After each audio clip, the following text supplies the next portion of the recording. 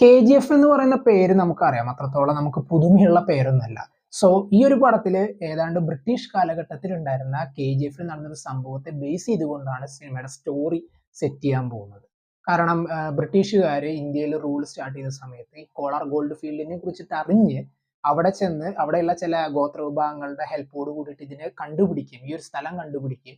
പിന്നീട് ഇവരുടെ അവിടുത്തെ കടന്നുകയറ്റവും ഏതാണ്ട് 900 ടണ്ണോളം ഗോൾഡാണ് ആ ഒരു കാലഘട്ടത്തിൽ ഇന്ത്യയിൽ നിന്നും ഇംഗ്ലണ്ടിലേക്ക് ബ്രിട്ടീഷുകാർ കടത്തിയിട്ടുള്ളത്. സോ ഇത്രത്തോളം പ്രശ്നങ്ങൾ അവിടെ നിന്നിരുന്ന സമയത്ത് അവിടെയുള്ള ഗോത്ര വിഭാഗങ്ങളിലെ ആൾക്കാർ ഇവർക്കെതിരെ തിരിച്ചടിക്കുകയും പിന്നീട് അവിടെ ഉണ്ടാവുന്ന ചില സംഭവങ്ങളാണ് സിനിമയുടെ മെയിൻ ആയിട്ടുള്ള പ്ലോട്ട്.